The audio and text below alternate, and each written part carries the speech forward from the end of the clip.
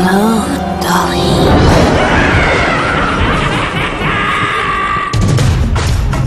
This Halloween, Chucky's back.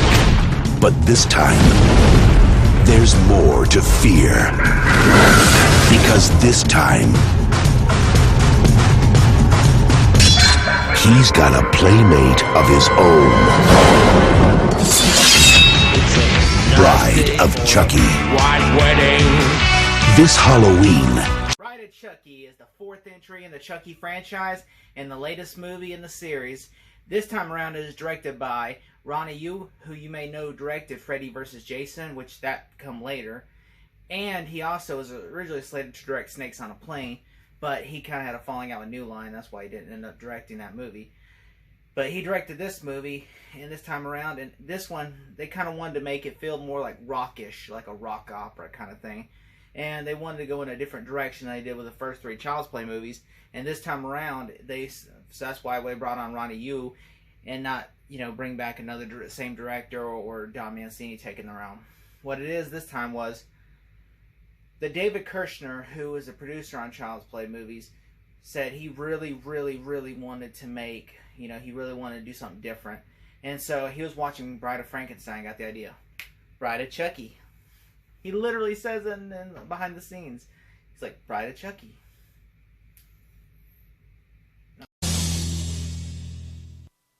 I think that I was in a video store and I saw a copy of The Bride of Frankenstein, and I just thought, wow, that would be great if we were able to create a bride for Chucky. And so I spoke to Don Mancini about the concept, and he weaved this great tale for the Bride of Chucky. Right? It's ridiculous. But yeah. So what they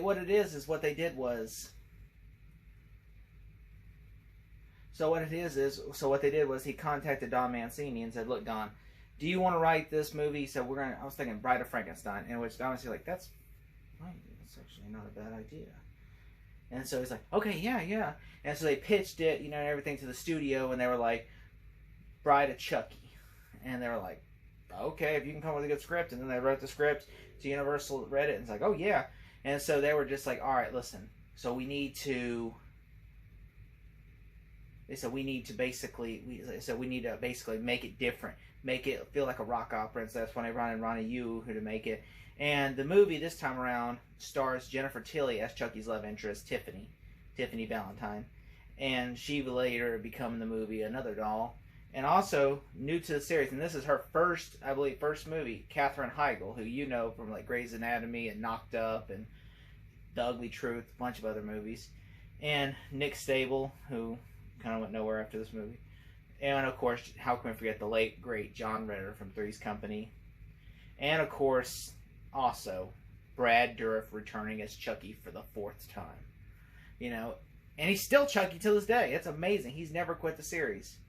And that's what I respect about him. And so, also, I bought a Chucky shirt not too long ago, and I just felt like, all right, I was going to do it the first review, but then I felt like this is the perfect time because tomorrow Chucky premieres, so I need to get this out, So, okay, so, anyway, so Chucky, basically, the sequel this time around follows, Tiffany, who's obsessed with Chucky, who used to be, betrothed with him. But then, of course, Chucky dies in Child's Play 3, and she basically bribes a cop and kills a cop to get this Chucky doll out of the storage locker. By the way, if you watch the beginning of the movie, there's a bunch of Easter eggs from other horror franchises, like Halloween. You see in the evidence locker room, there's Michael Myers' mask.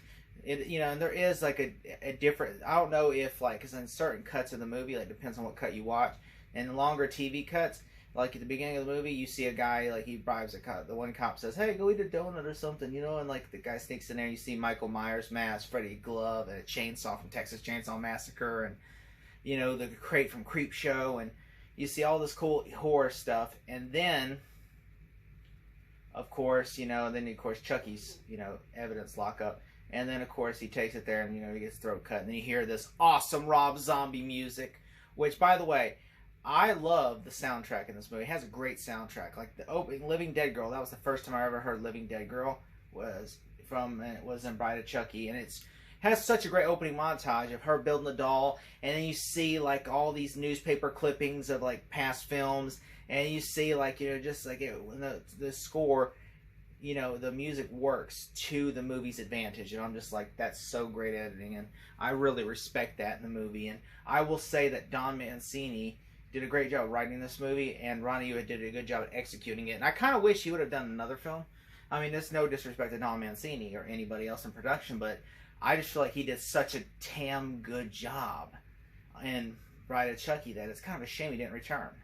And I will say, like, the movie was, the producers and Don Mancini both agreed they didn't want to bring back Andy Barclay. They said they want to start fresh. They want people to not have to watch the other films, to just watch just come and clean and say, look, I've never seen a Chucky movie. You can watch it from scratch. That's why all the newspapers all you know is that he was a killer, died, we got this. And it works. I mean, the movie really works. I mean, you could literally just jump in without even having to see the other movies. I respect this movie so much.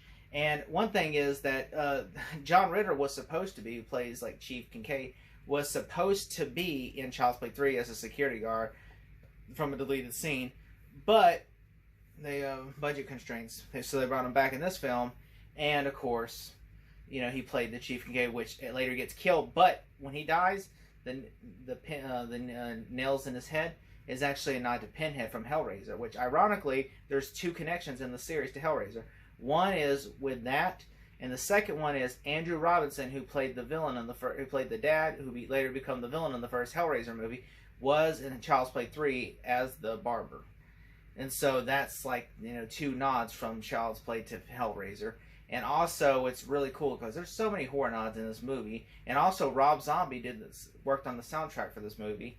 And Rob Zombie, which would later go on to direct the Halloween remakes, who would star, Brad Dourif would co-star in those movies as Sheriff Brackett. So it all kind of comes around if you think about it. And Ronnie Yu, of course, would go on to direct, you know, Freddy vs. Jason. So it's kind of almost like this movie is just like full of horror nostalgia if you think about it, you know. And the movie even actually references Alien in the movie at the end, where Tiffany gives birth, is like as a nod to Alien, when the xenomorph rips out of in the first Alien movie, when the xenomorph rips out of John Hurt's chest. That's a direct nod to the first Alien movie, and that was the way it was designed to.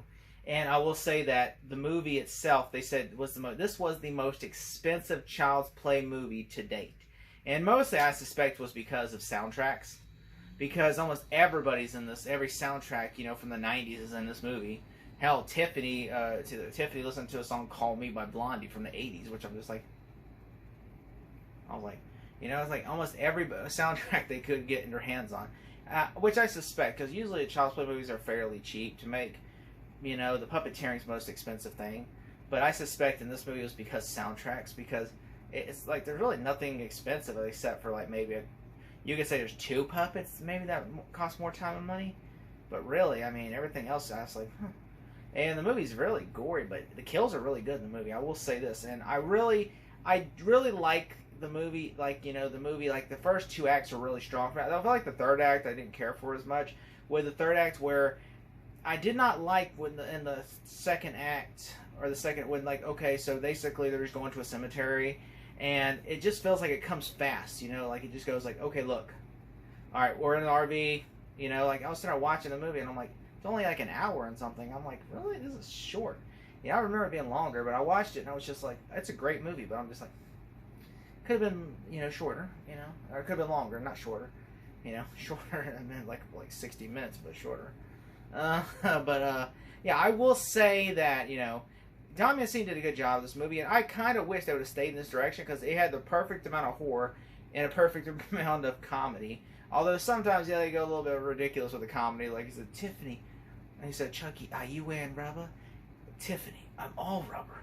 And I'm like, and also every time Chucky gets scared in this movie a couple of times, because like there's a couple of jump scares where Chucky's like, ah, ah! Like I'm just like 3 times I hear him go, ah, ah, ah, like just like 3 times in this movie. I'm just like, really, and, you know. But I mean, the movie is really fun to watch, and you know, it come out in the 90s, and also the posters for the movie for the Bride of Chucky is a nod to of course, Scream. They said that Scream came out around time, and so Bride of Chucky, they marketed the poster from Bride of Chucky after Scream. Because if you watch Scream, I think it was Scream 2, maybe. Yeah, it was Scream 2 poster. Because if you look at the Scream 2 poster, it's Courtney Cox and Neve Campbell, like this one. And so that's what they inspired that from Scream 2. Which, the movie itself, I really enjoyed Bride of Chucky. It's not for everyone. So, I mean, if you like Chucky to be more serious, then I suggest the first two Child's Play. But if you really want like Chucky to be funny and the kills to be good, I would recommend this one. If I had to give it a grade, I would say... Oh yeah, before I give it a grade, I just want to say one thing. Before this movie, okay, also John Ritter played in Three's Company. There was a kill that was omitted. There was a line that was omitted from the movie because it was funny. I thought it was amusing. They said where Chucky kills him and says, "Sorry, he's Jack. Three's a crowd." And so Ronnie Yu deleted that line saying, "This is too corny even for this movie." So he said, "No, we're not doing that." And and so that's kind of what it is. And also Marilyn Manson was considered for the role of the punk dude that's like a nerd. The goth dude that Tiffany, is friends with, that Chucky kills in the movie by the pillow. He was actually considered for that role because the writer, Don Mancini, got a kick out of, he was his persona was, he was a nerdy guy, Marilyn Manson, then he became this punk rocker. And so Mancini got a kick out of that. So he wrote that part specifically for Manson, but he declined, and so they put Alexis Arquette in that role, who later passed away in real life. But, this movie's really good. I mean, it's, the movie itself is fun. It's a fun, good time. I do love the soundtracks in this movie. And I also, there's one shot in the movie where Tiffany, after, when Chucky finds out that Chucky wasn't going to propose to her and she locks Chucky away, and she's laying in her bed with the dead body and she's just crying, and then how, you hear that music and it transitions when the chorus gets tied to daylight, how the transition, I thought that was a perfect shot. I'm like, whoever did that in editing, perfect. I would be like, you know what? I would double pay them. I'm like, you're getting paid double for the day. Because that was a perfect cut scene. I'm like, that to me got me excited. Because I'm like, that's a great cut. And the song goes well with that cut. So I'm like, that right there, that's good directing. Don Manson, in which Ronnie Yu is a good director. Even on Freddy vs. Jason, he has some great scenes. I mean, if you have not watched Freddy vs. Jason, he also made some other films that's not, non-American films. I think, foreign films that I think some people have said they're really good. And so if you've never seen them, go check those out. They're really good. I wish he would return back to horror and make some good horror franchise movies. I mean, hell, I wouldn't care if he returned to Chucky or if he returned to, do a Jason movie. Or, hell, do a Freddy movie. I just think he should return and do horror because he's so good at it. If I had to give this movie a grade, I would say I would give it a solid B+. Bride of Chucky. White wedding. This Halloween, Chucky gets lucky. Barbie, eat your heart out. Nasty.